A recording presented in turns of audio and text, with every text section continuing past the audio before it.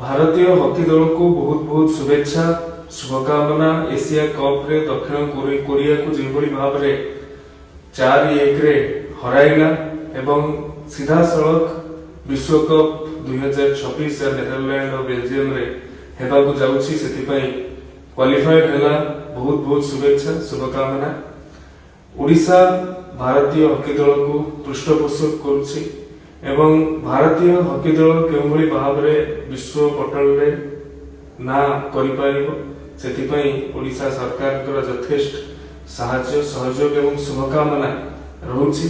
एही अवसर रे ए दमदार विजय जो मानक पई हासिल हेई परिछि दिलप्रीत होंतु सुखजीत होंतु कि ओडिया पुओ अमित रोहिदास होंतु समस्त मोर शुभेच्छा शुभकामना।